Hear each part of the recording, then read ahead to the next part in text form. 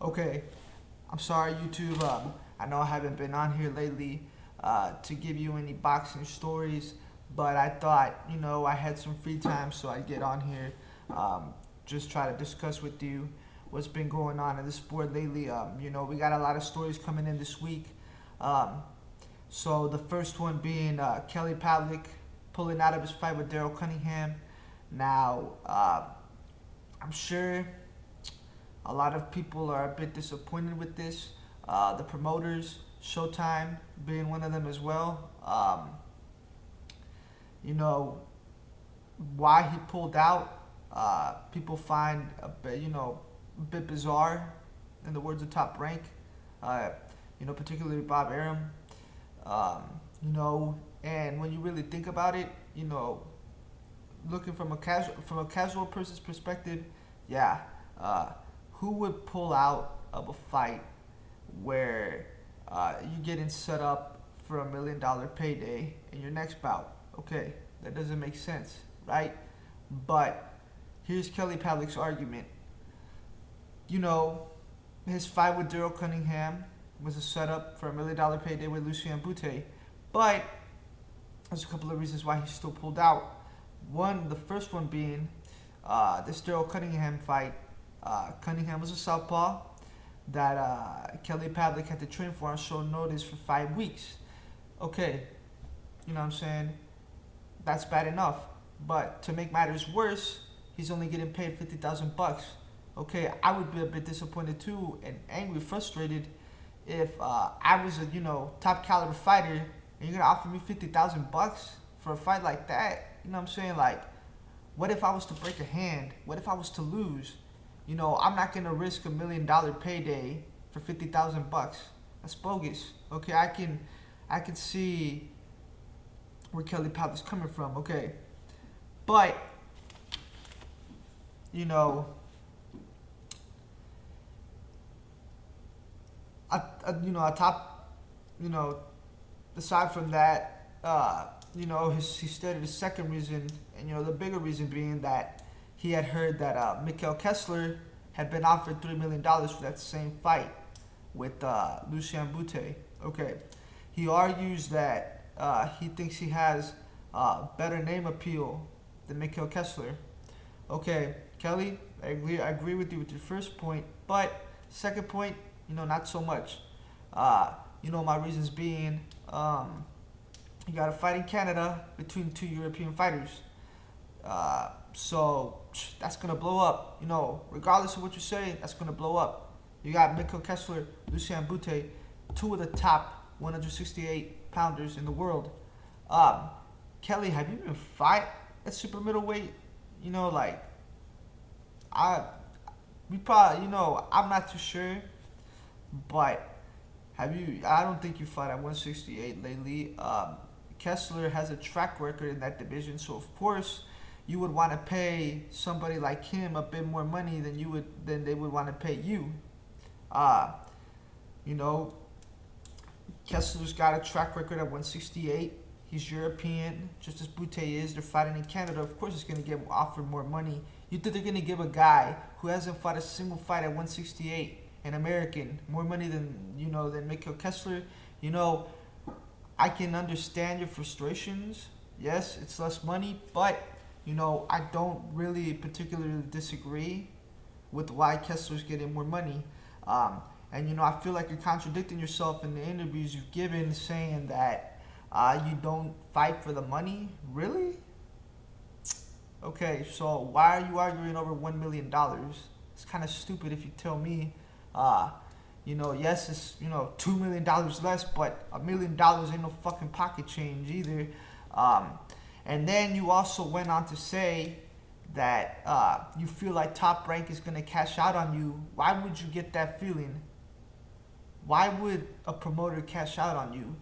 Because you know damn well, as much as you want to admit it, your pride's probably on the way. The only reason you would feel like somebody's trying to cash out on you because you yourself know deep inside that you've reached the point in your career where you're past it. You're trying to make as much money as possible. Why can't you just go on the record? You said that. You said, oh, I feel like they're going to cash out on me. That's the type of shit we get from fighters when you know damn well that you can't beat these guys. You can't beat the elite competition anymore. You even went on to say later on in the interview, which you can go find on Yahoo.com, that you feel like you're gonna go get. You said that you're gonna go to Canada to go get beat. Really? What kind of, like, honestly, Kelly Pavlik knows he's past it. So if he's going on the record and saying, "Oh, I don't want to go. I'm a Top Rank's trying to cash out on me, and why would I go to Canada just to get beat?"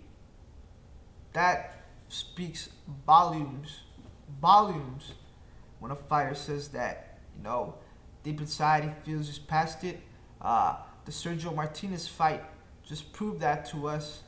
And I have nothing against you for trying to cash out, trying to make as much money as you can in the twilight of your career, but it's a bit disappointing. You say you still have the spirit of a fighter. You still have you still want to fight, but and you say you're not in it for the money, but everything you say you're practically contradicting yourself in. So yeah, I don't know how the world of boxing will view this, but it can't be positive. Second story we got is Mayweather versus Ortiz. The undercard is finally beginning to develop. We got 3 fights now. Excuse me, 4 fights. But the first being Canelo versus Alfonso Gomez. Now I think this is a bit funny. Alfonso Gomez goes on and tells Canelo that he's gonna beat him like a real Mexican. Who has Alfonso Gomez beat? Who has he honestly beat to go off and say something like that? His best victory that I can honestly tell you of is probably against Jesus Soto Caras. But other than that, when has Alfonso Gomez ever beat a top caliber fighter? I remember when he went in the ring against Miguel Cotto, got his ass whooped. He didn't even put up a fight. Didn't even put up a front in that fight. I think Alfonso Gomez is more bark than bite. I think he's in for a bad beating against Canelo Alvarez. I mean, that's just my opinion. Second fight, which I think is interesting, Eric Morales was originally set up to fight Jorge Barrios. But, just word got out today that he'll be fighting Lucas Matisse. Look, another Argentinian fighter for Eric Morales. The difference being, I think Lucas Matisse is a better boxer. His record would probably tell you he's a monstrous knockout puncher, and I'm not taking anything away from him. I still just think Maidana punches a little bit harder than him, but I do say that he is a better boxer than Maidana. And he's got a good body attack, as he demonstrated against Devin Alexander. So I'm curious to see how he'll employ that strategy against Morales. Will Father Time finally catch up to Morales in this fight? Was his effort against Marcos Maidana one and done? Was it just a one-night thing? I don't know. Did Marcos Maidana undertrain? Was that the reason why Eric Morales was able to perform so well against him? I don't know. But, all I do know is that Eric Morales will be in great shape, and Lucas Matisse will be in great shape. I know Lucas Matisse would love to get a victory over Eric Morales, simply because, having 2 decisions go against him, against Judah and Alexander, a victory against Eric Morales would do a lot for his cause. So, that'll be another interesting fight on the undercard. And then the third fight is Josecito Lopez versus Jesse Vargas. Now, I've heard about this Jesse Vargas kid. I haven't actually seen him fight. I do know that Floyd Mayweather, values him a lot. he sees him as one of the top prospects in the sport of boxing. Um, so that would probably be the first time I'll get to see him actually fight. Hopefully he puts on a good show. Um, you know, but Jose Sisto Lopez ain't no slouch either. Uh, we do know that he beat Mike Dallas and took away his O on Friday Night Fights not too long ago. So you know that Jose Sisto Lopez will go in there and give it Jesse Vargas a run for his money. Um, so you got top prospect versus a hungry fighter. So that fight should be pretty good as well. Uh, Now you got the third story. Juanma Lopez had been trying to lobby for a rematch in Puerto Rico against Orlando Salido. Okay, Juanma Lopez's argument is that he feels that he can get a bigger gate. More people would probably go watch, the fight in Puerto Rico than they would in Mexico. Okay, um, I'm not sure where he got this from. Uh, Ivan Calderon, when he fought Segura, in Puerto Rico, after Segura knocked them out, all the fans left. None of them stayed around. Um, I don't know why,